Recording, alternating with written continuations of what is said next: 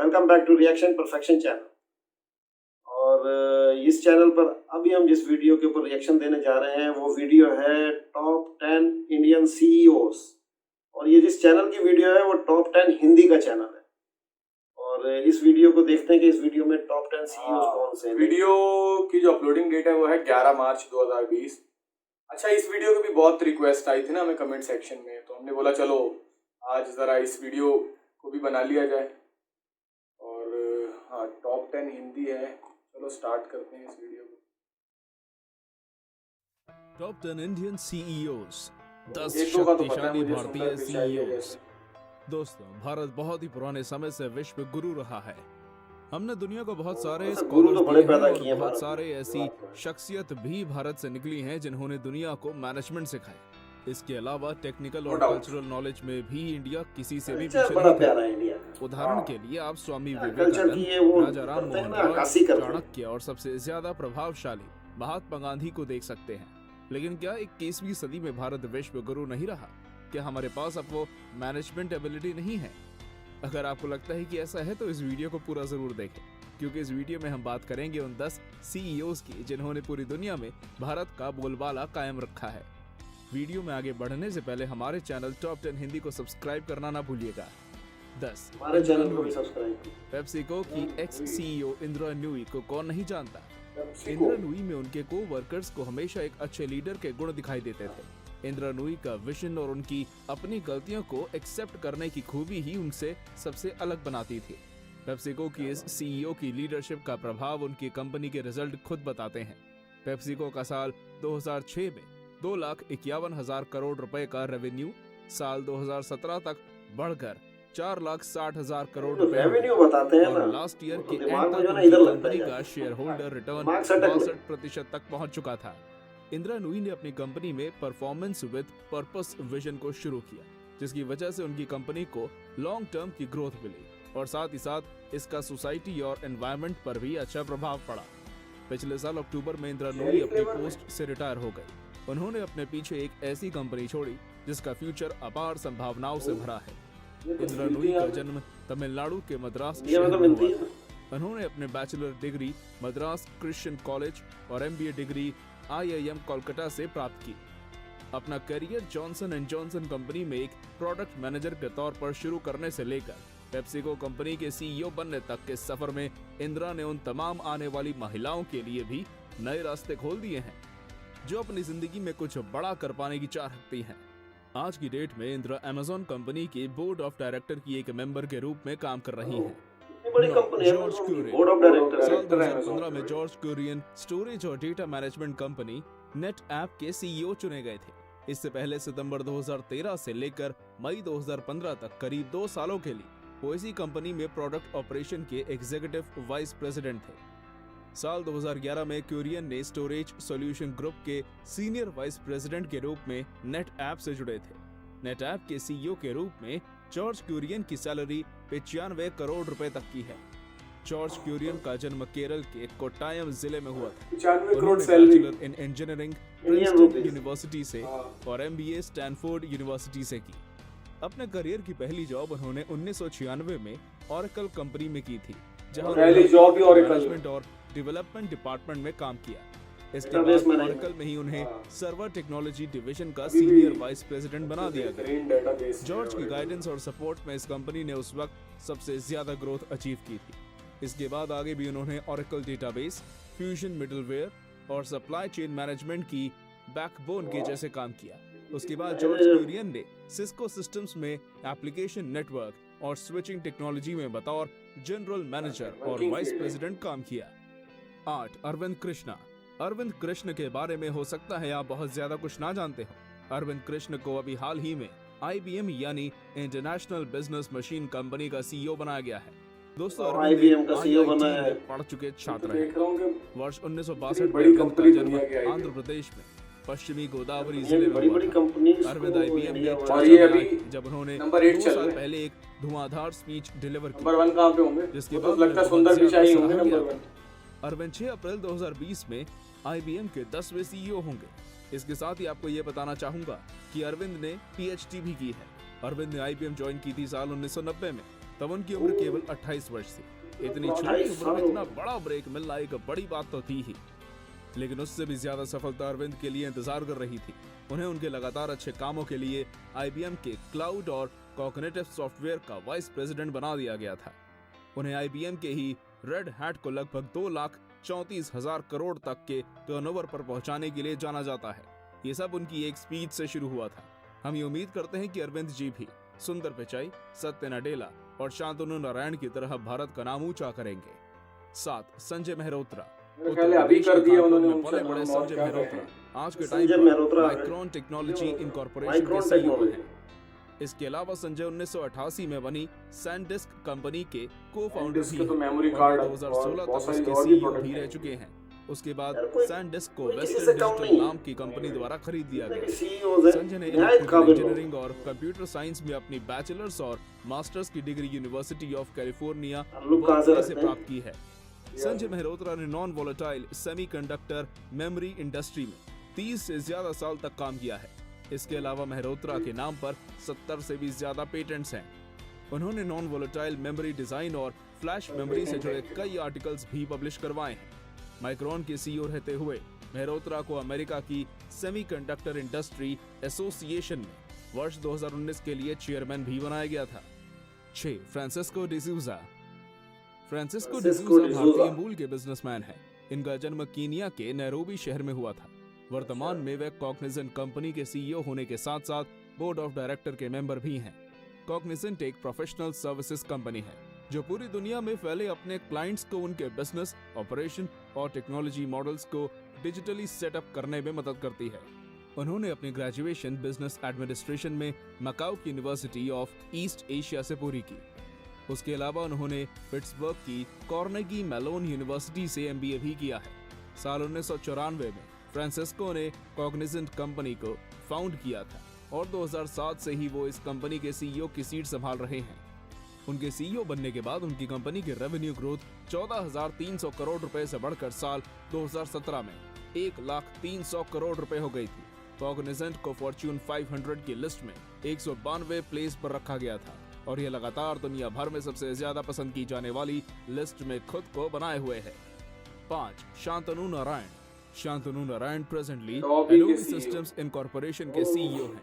साल 2005 में उन्हें इस कंपनी का प्रेसिडेंट चुना गया था, जिसके बाद धीरे धीरे आगे बढ़ते हुए उन्होंने कंपनी के CEO बनने तक का रास्ता तय किया।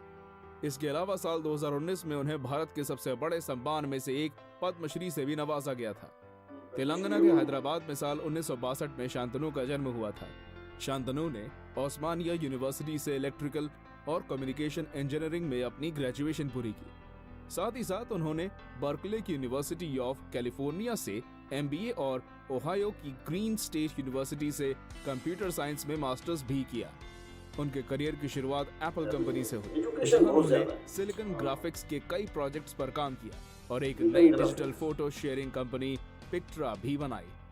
शांतनु की लीडरशिप और गाइडेंस में एडोबी जल्द ही फॉर्च्यून 500 की लिस्ट में भी शामिल हो गए। शांतनु को अमेरिका के एक्स प्रेसिडेंट द्वारा उनके अपने मैनेजमेंट एडवाइजरी बोर्ड का मेंबर भी अपॉइंट किया गया था। 4. Nikesh Arora. Nikesh Arora soft bank corporation के एक्स CEO और प्रेसिडेंट रह चुके हैं। उन्होंने अक्टूबर 2014 से लेकर जून 2016 तक सॉफ्ट बैंक के लिए काम किया। सॉफ्ट बैंक से जुड़ने से पहले निकेश गूगल में हाई प्रोफाइल एग्जीक्यूटिव थे और उन्होंने कई सारे सीनियर ऑपरेटिंग लीडरशिप रोल्स भी संभाले थे। सॉफ्ट बैंक के साथ काम करते हुए 2 सालों में उन्हें 1500 करोड़ रुपए की सैलरी दी गई थी, जो दुनिया में किसी 1500 करोड़ की एग्जीक्यूटिव को दी गई सैलरी? सबसे हाई सैलरी 2 थी। सालों में यूपी के गाजियाबाद में साल 1968 में जन्मे निकेश की शुरुआती पढ़ाई दिल्ली के एयरफोर्स स्कूल में हुई थी। उन्होंने IIT BHU से इलेक्ट्रिकल इंजीनियरिंग में अपनी ग्रेजुएशन पूरी की। इसके साथ ही थोड़े टाइम के लिए विप्रो कंपनी के साथ भी काम किया। इसके बाद उन्होंने मैसाचुसेट्स की बॉस्टन यूनिवर्सिटी से MBA की डिग्री ली। इसके बाद उन्होंने 2000 में गूगल कंपनी ज्वाइन की, जो उस वक्त तक इतनी बड़ी कंपनी नहीं थी। उसके बाद उन्होंने 2014 में गूगल से विदा लेकर सॉफ्ट बैंक ज्वाइन किया। 3. संजय कुमार झा। संजय कुमार झा सेमीकंडक्टर फाउंड्रीज के बिजनेस में एक जाना माना नाम है। संजय कुमार झा कैलिफोर्निया स्थित ग्लोबल फाउंड्रीज कंपनी, जो दुनिया की सबसे बड़ी सेमीकंडक्टर फाउंड्री है, के साथ साथ मोटोरोला मोबिलिटी कंपनी के भी एक्स CEO रह चुके हैं। उससे पहले वे क्वालकॉम कंपनी के चीफ ऑपरेटिंग ऑफिसर भी रह चुके हैं। 9 मार्च 2018 को संजय ग्लोबल फाउंड्रीज के सीईओ की पोस्ट से रिटायर हो गए।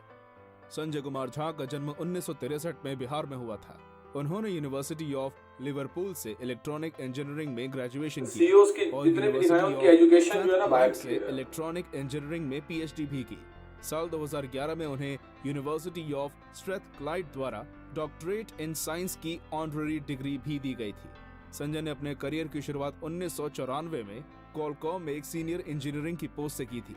1997 में संजय को इंजीनियरिंग के वाइस प्रेसिडेंट की पोस्ट पर प्रमोट कर दिया गया, जहां उनका काम इंटीग्रेटेड सर्किट इंजीनियरिंग ग्रुप को लीड करना था, जिसमें संजय ने 5 जनरेशन के मॉडेम और सेल साइट चिपसेट्स को डेवलप और इम्प्रूव किया था। 2. सत्य नाडेला 2014 में उस वक्त माइक्रोसॉफ्ट के सीईओ बनाए गए थे, जब कंपनी अपने बुरे दौर से गुजर रही थी। माइक्रोसॉफ्ट से जुड़ने के बाद नाडेला ने कंपनी में कई सारे नए चेंजेस लागू किए, जिनके रिजल्ट के रूप में कंपनी की स्टॉक पोजीशन में एक बड़ा इंप्रूवमेंट देखने को मिला।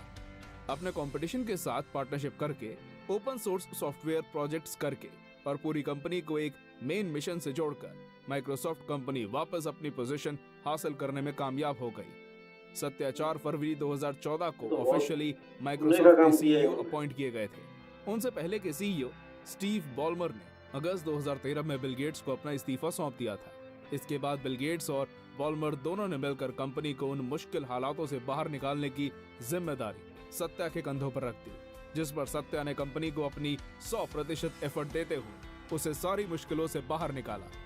सत्या नाडेला का जन्म 1967 में हैदराबाद में हुआ था। उन्होंने इलेक्ट्रिकल इंजीनियरिंग में अपना ग्रेजुएशन मणिपाल यूनिवर्सिटी से पूरा किया। इसके बाद मिल्वॉकी में मौजूद यूनिवर्सिटी ऑफ विस्कॉन्सिन से अपनी पोस्ट ग्रेजुएशन की पढ़ाई के लिए सत्य अमेरिका चले गए। इसके बाद उन्होंने यूनिवर्सिटी ऑफ शिकागो से एमबीए किया। 2017 में सत्या ने अपनी पहली बुक हिट रिफ्रेश पब्लिश करवाई। इस बुक में सत्या ने माइक्रोसॉफ्ट कंपनी से जुड़े कुछ बहुत ही खास किस्से शेयर किए हैं। इसमें उन्होंने ये भी बताया है कि कैसे माइक्रोसॉफ्ट के जरिए वे सभी के लिए एक बेहतर फ्यूचर बनाने की कोशिश कर रहे हैं। एक सुंदर पिचाई। दोस्तों, किसी भी कंपनी का सीईओ बनना अपने आप में एक अचीवमेंट है, लेकिन पूरी दुनिया की सबसे टॉप मोस्ट कंपनी का सीईओ बनना उस वक्त के ऐतिहासिक पल हो सकता है। ठीक ऐसा ही 2015 में गूगल कंपनी के सीईओ सुंदर पिचाई के साथ हुआ, जब कंपनी को ज्वाइन करके 11 साल के बाद ही उन्हें उस कंपनी की टॉप पोस्ट ऑफर की गई। सुंदर पिचाई का जन्म चेन्नई में साल 1972 में हुआ था। इंडिया के एक मिडिल क्लास परिवार में जन्मे और पले बड़े सुंदर पिचाई अपने को वर्कर्स के बीच अपने हम्बल नेचर के लिए जाने जाते हैं। उन्होंने आईआईटी खड़गपुर से मेटलर्जिकल इंजीनियरिंग की पढ़ाई की। इसके बाद स्टैनफोर्ड यूनिवर्सिटी से मिली स्कॉलरशिप से आगे की पढ़ाई के लिए वे अमेरिका चले गए। सुंदर बताते हैं कि चेन्नई से अमेरिका तक आने वाली फ्लाइट के टिकट की कीमत उनके पापा की सालाना इनकम से भी ज्यादा थी। सुंदर ने अपने करियर की शुरुआत अप्लाइड मटेरियल नाम की कंपनी में प्रोडक्ट मैनेजर की पोस्ट से की थी। उनके इम्प्रेसिव टैलेंट और वर्क एक्सपीरियंस की वजह से 2004 में सुंदर को गूगल में प्रोडक्ट मैनेजर की जॉब मिल गई। गूगल क्रोम पर सुंदर द्वारा किए गए एफर्ट से ही पूरे ब्राउजर मार्केट में 25% यूजर्स गूगल क्रोम को ही अपने डिफॉल्ट ब्राउजर के रूप में यूज करते हैं।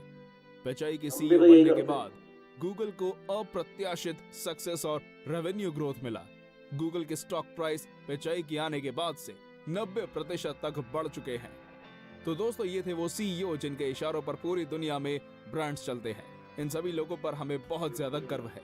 अगर आपको भी है तो हमें तुरंत कमेंट करके बताइए, और ये भी बताइए कि ये वीडियो आपको कैसा लगा। धन्यवाद।